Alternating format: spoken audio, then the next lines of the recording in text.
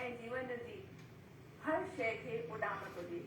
संगीत अहिड़ी ई उॾाम ॾिनी सिंध जी गीत संगीत जी अद्भुत शख्सियत मास्टर चंद्र खे बि इन संगीत सां ई उॾाम मिली।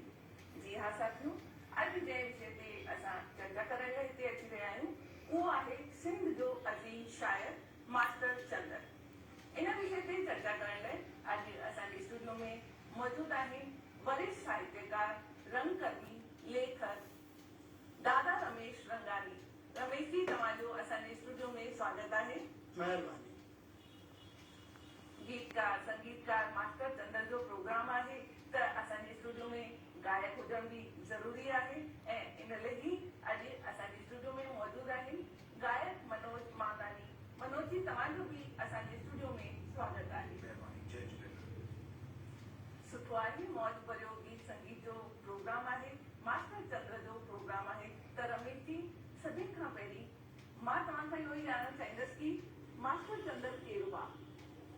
मास्टर चंद्र एक अजीम शायर, एक अजीम गायक, लेखक, मौसीकार ऐं हिदायतकार थियो आहे। उन्हनि एतिरा त गीत ॻाया आहिनि पंहिंजे सिंधीअ में जो हज़ारनि में आहे। उन हिसाब सां उन्हनि न रुॻो गीत ॻाया आहिनि पर अभिनय बि कयो अथऊं, कलाकारी बि उन्हनि में ॾेखारी अथऊं ऐं न रुॻो स्टेज ते पर उन्हनि फिल्मुनि में बि कमु कया। पंहिंजे जेतिरी बि पुराणी सिंधी पिक्चरूं आहिनि उन्हनि में न रुॻो उन्हनि गीत ॻाया आहिनि पर साण ई हुन में एक्टिंग बि कई अथऊं। त मां तव्हांखे ॿुधायांव त उन्हनि रुॻो सिंधी फिल्मुनि में न पर हिंदी फिल्मुनि में बि एक्टिंग कई आहे ऐं एज हीरो एक्टिंग कई अथऊं। अच्छा। त उन्हनि में उन्हनि जेकी आहे पहिरीं जेकी हिकिड़ी पिक्चर पंहिंजी आई तव्हांखे शायदि ख़बर हुजे, अछूत कन्या। अछूत कन्या में पहिरियों उन्हनि खे हीरो जे रोल में खयो ऐं साइन बि कयो पर अलाए या कोई कारण थियो हूंदो त मास्टर चंद्र जी जॻह ते अशोक कुमार खे खयो ऐं उहा फिल्म ॾाढी हिट थी। त हू अहिड़ा अजीम कलाकार हुया जंहिंमें सभु फन हुया। कहिड़ी परिवार जी परिस्थितियुनि जी वजह सां हू अछूत कन्या में कमु न करे सघिया, पर अछूत कन्या जा जेके बि गाना हुआ दादा उहे सभु मास्टर चंद्र ही लिखिया हुआ।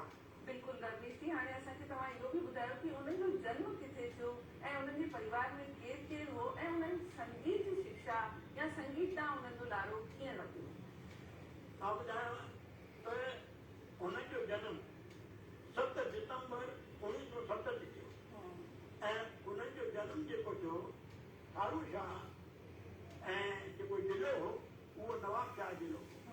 उनमें हिकु ज़मींदार जे घर में थियो। उनजे पीउ जो नालो आसनदास हो ऐं माउ जो नालो सीमा देवी हो। उन्हनि जे घर में संगीत खे जेको आहे न घणो तवजो न ॾींदा हुआ। हू संगीत ऐं गीत इन्हनि खे ईअं मञीदा त भई ॾाढो हेठियो कमु आहे, ॾाढो तुच्छ कमु आहे, छो जो हू त ज़मींदार हुआ न। पर उन्हनि जो जेको मास्टर चंद्र जो हुयो दिमाग़ जेको हलंदो उहो इन में संगीत जे पासे वधीक हलंदो।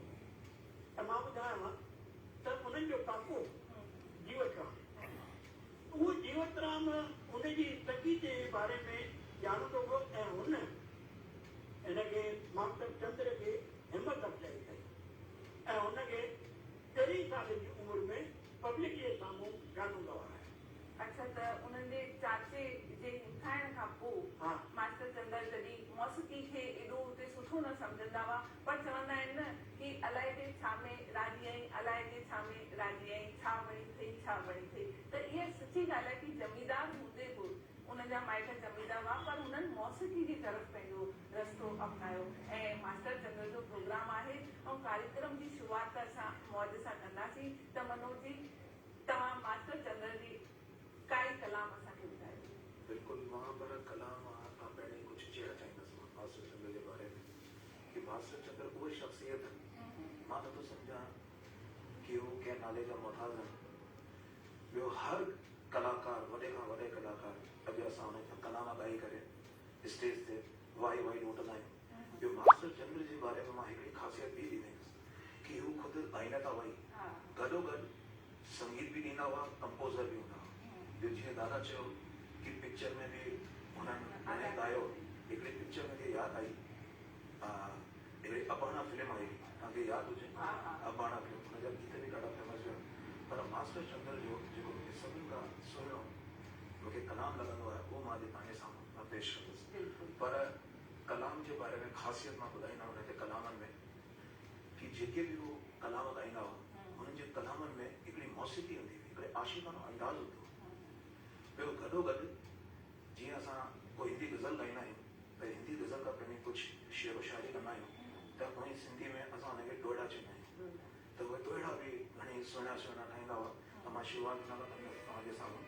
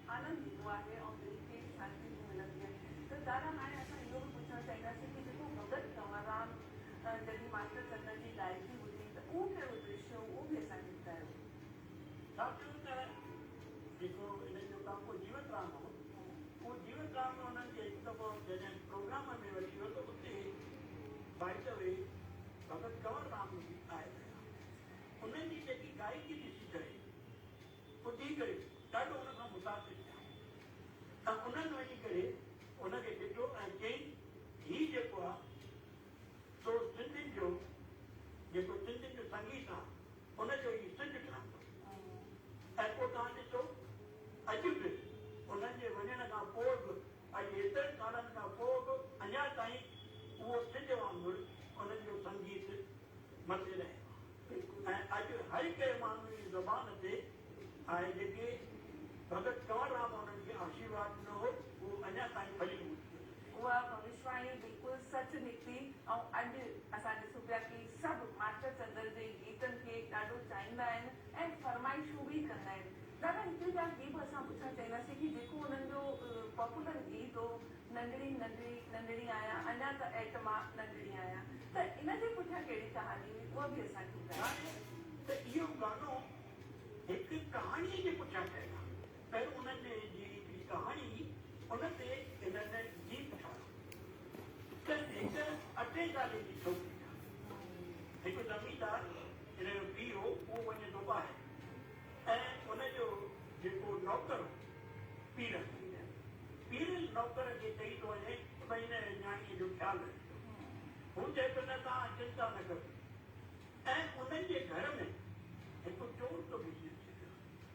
जॾहिं चोर खे इहे ॾिसे थी पई त ही चोर आहे, पर हाणे मां घर खे बि बचायां ऐं पाण खे बि बचायां। त उन जेके दिमाग़ पंहिंजो हलायो त उन हिकु जेको एक्ट थींदो आहे जंहिंखे पाण हिंदीअ में चरखो बि चऊं, त उन चरखे सां थी ॻाल्हाए पई त एक्ट अञा त मां नंढड़ी आहियां, वॾी बि थींदसि। वरी पोइ हुन में पाण ॿुधाए थी पई जॾहिं वॾी थींदसि त पोइ मुंहिंजी शादी बि थींदी, वरी मूंखे ॿार बि थींदा ऐं ॿार थींदा त हुन में मुंहिंजो जेको पुटु थींदो उनजो नालो मां रखंदसि पीर। ऐं पोइ जेॾी महिल हू राति करणु वेंदो मां हुनखे चवंदुसि अचु मां घणेई मनाईंदो पर हू न मञींदो, पोइ मां हुनखे सॾु कंदसि ओ पीर लाइ ओ पीर लाइ ओ पीर लाइ। जेॾी महिल नौकर जो आवाज़ ॿुधे थो पियो त हू चए थो हीअ न्याणी मूंखे सॾु पई थी करे, चएसि थो अमा त मूंखे सॾु कयो छा? त उहे रुॻो ईशान वादी चए पई हूअ। ऐं इन हुनजी सम्झ जे करे चोर बि पकड़ियो वियो ऐं शाहूकार जेको ज़मीनदार हो उनजे घर जी माल बि तुंहिंजी बची वई।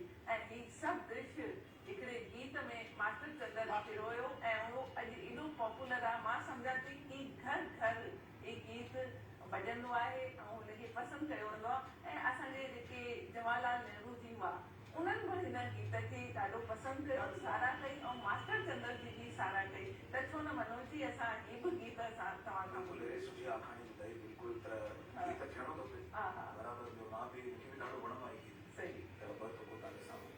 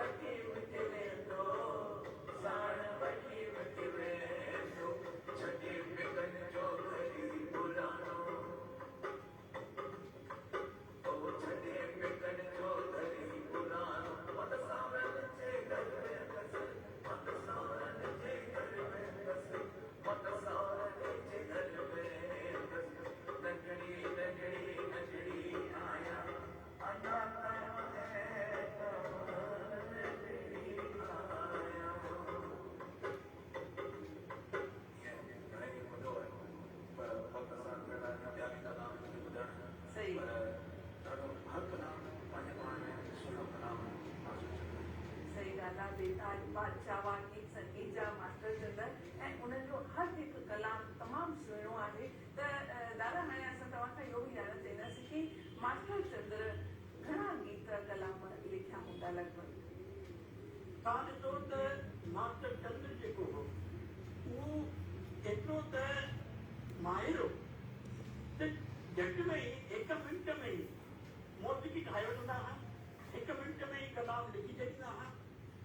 त उन जेके कलाम ठाहींदा मतिलबु मौसीक़ी ठाहींदा कलाम लिखंदा हुआ पर उन्हनि जो किथे बि रिकॉर्ड अवेलेबल कोन्हे जेके उन्हनि में उन वक़्तु HMV हिकु ग्रामोफोन रिकॉर्ड कंपनी हुई ऐं ॿियूं बि कंपनियुनि उन्हनि जा जेके रिकॉर्ड पाण वटि आवाज़ रिकॉर्ड कई उहे अॼुकल्ह 400 गाननि में उन्हनि जा गाना आहिनि जंहिंजो रिकॉर्ड पाण वटि अवेलेबल आहे त अॼुकल्ह 400 ईअं मञी हलंदा आहियूं त जेके रिकॉर्ड आहिनि असां वटि उहे अॼुकल्ह 400 आहिनि पर उन्हनि गाया हज़ारनि जी तादाद हूअं त हज़ारनि जी तादाद में हुननि जा ॻायल गीत आहिनि पर 400 जो रिकॉर्ड असां वटि आहे ऐं असां हू अक्सर ॿुधंदा रहंदा आहियूं पंहिंजे सिंधी प्रोग्रामनि में ऐं आकाशवाणी जा बि असां इहे सभु प्रोग्राम ॿुधंदा आहियूं गीत बि ॿुधंदा आहियूं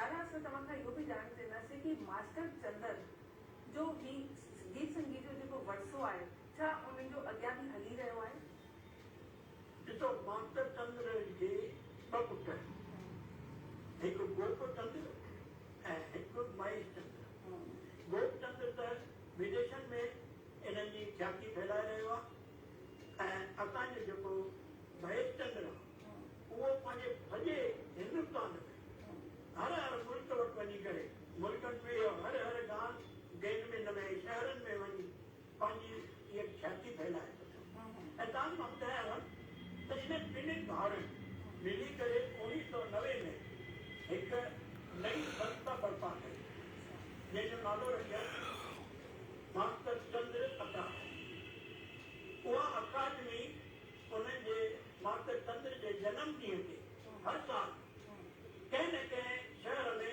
वॾो फंक्शन कंदा आहिनि जंहिंमें मास्टर चंद्र जी ई उनखे श्रद्धांजलि ॾींदे उन प्रोग्राम कंदा आहिनि जंहिंमें ॾिसो उल्हासनगर अहमदाबाद एतिरे क़दुरु तो ॿाहिरि वारे में बि ॿाहिरां मुल्कनि उन्हनि में बि कंदा आहिनि इन में पंहिंजो जयपुर शहर बि ईंदो अच्छा त ही सभु प्रोग्राम थींदा रहंदा आहिनि ऐं जेके महेश चंद्र ऐं गोप चंद्र आहिनि उहे ही प्रोग्राम ऑर्गेनाइज़ कराईंदा हूंदा ऐं गॾोगॾु पंहिंजे पीउ जे वसे खे अॻियां वधाए रहिया आहिनि इहा तमामु सुठी ॻाल्हि आहे कि सिंध मां जेको गीत संगीत निकितो उहो अॼु ताईं न सिर्फ़ु हिंदुस्तान में पर देश विदेश में मशहूरु आहे मनोज जी हाणे असांखे तव्हां ॿियो छा ॿुधाइणो आहे मां तव्हांखे कुझु मैशअप मां ॿुधाइणु चाहींदुसि मास्टर चंद्र जा मां पंहिंजी दादा से चयो कि हुननि जो जनम ॾींहुं हर साल कंहिं न कंहिं किथे मनायो वञे पियो मूंखे अञा ताईं ॼाण आहे मुंहिंजी सिंधी संगीत जी शुरूआति अजमेर शहर जे जवाहरलाल मस्जिद मास्टर चंद्र जी जयंती ते जो मुंहिंजो पहिरियों गानो स्टेज ते मां इहो ई ॻायो तव्हांखे ॿुधायो मुंहिंजे शहर में आयो क़िस्मत सां तुंहिंजे शहर में आयुसि क़िस्मत सां पर मूंखे कुझु कलाम घणे कलाम हाणे खोड़ पर वक़्तु घटि आहे त मां थोरो मैशअप जे थ्रू तव्हांखे मां हिकिड़ो जेको मेन कलाम आहे हुनजो ॾाढो सुहिणो जो सभिनी ॿुधियो आहे पर हुन खां पहिरीं मां ॾोड़ो मां ॿुधाइणु चाहींदुसि तव्हांखे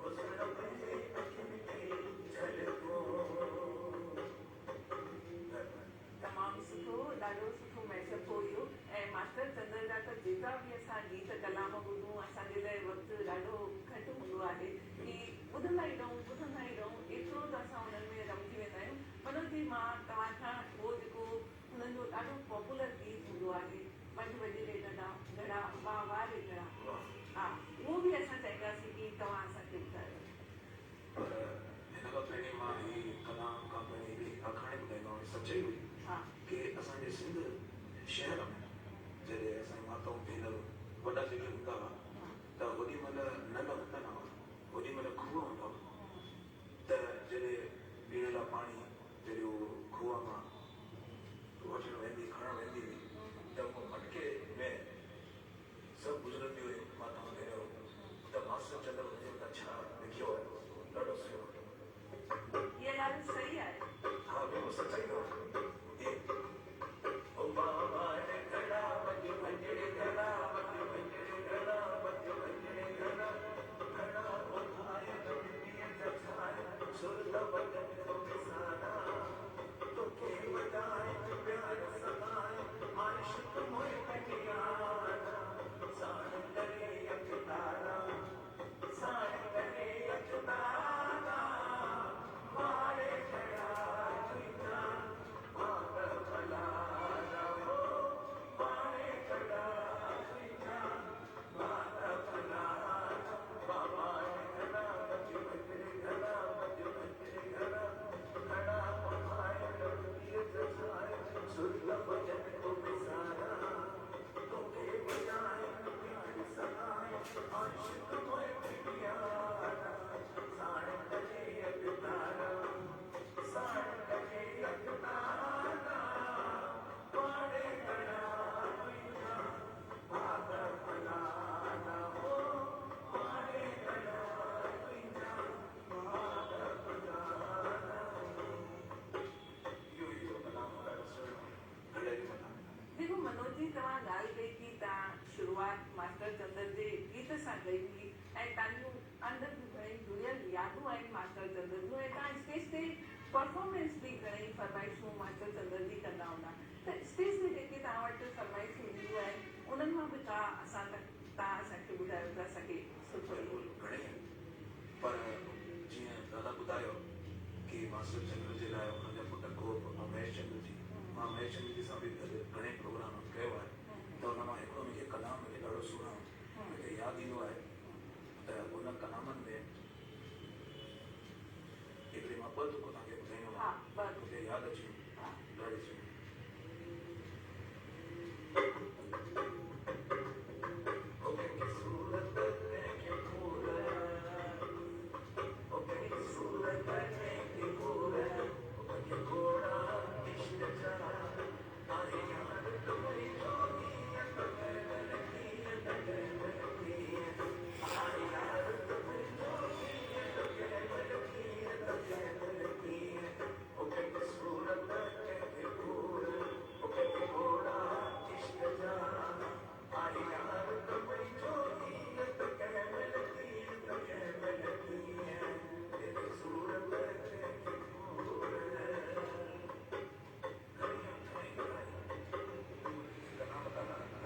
तमामु सुठो मनोज जी ॾाढी मौज अची वई ऐं दादा रमेश जी असां तव्हां खां हलंदे हलंदे पंहिंजे दर्शकनि लाइ हिकिड़ो संदेश वठणु चाहींदासीं ऐं तव्हां छा संदेश था ॾियणु चाहियो?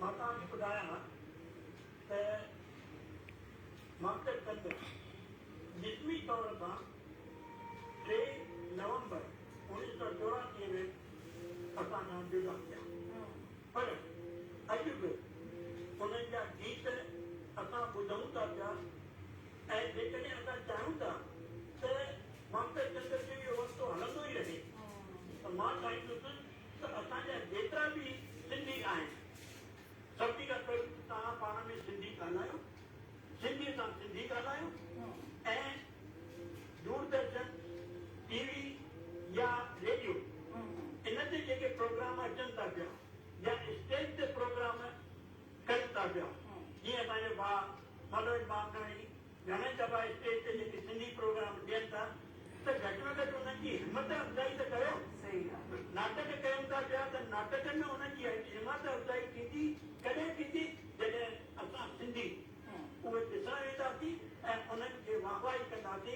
असांखे उहा हिमत अफ़ज़ाई थींदी ऐं असांजी हिमत अफ़ज़ाई थींदी ऐं तव्हां उन्हनि खे ॾिसंदव त तव्हां सच मञो त इहो जेको सिलसिलो आहे कॾहिं बि ख़तमु न थींदो ऐं हमेशह ई असांजी दिलनि ते असांजो मास्टर चंद्र राज कंदो रहंदो। सुठो सुठो तमामु सुठो दादा तव्हां असांखे संदेश ॾिनो।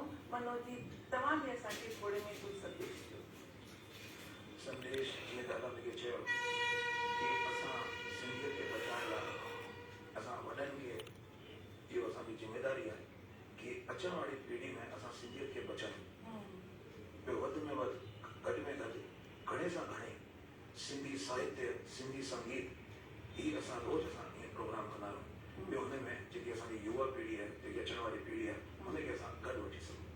सुठो सुठो संदेश आहे। ऐं जेके बि असां प्रोग्राम कयूं था जीअं शादी मुरादी जा बि प्रोग्राम थियनि था त उहे सिंधी गीत संगीत कलाम हलनि लाॾा हलनि त ॿार इंट्रस्ट वठंदा ऐं असां इन ज़रिए ई सभु इंट्रस्ट वठंदासीं ऐं पंहिंजी सिंधी संस्कृति खे अॻिते वधाए सघंदासीं। मास्टर चंद्र जा गीत संगीत अमन भाईचारे मोहबत जा पैगाम ॾियण वारा आहिनि जेके जॾहिं बि असां ॿुधंदा आहियूं त उहे असांजे दिलि खे राहत ॾींदा आहिनि। अहिड़े गीत संगीत जे शहंशाह खे असां छह छह नमन था कयूं। तव्हां ॿई अॼु असांजे स्टूडियो में आया ऐं तमामु सुठे तरीक़े सां असां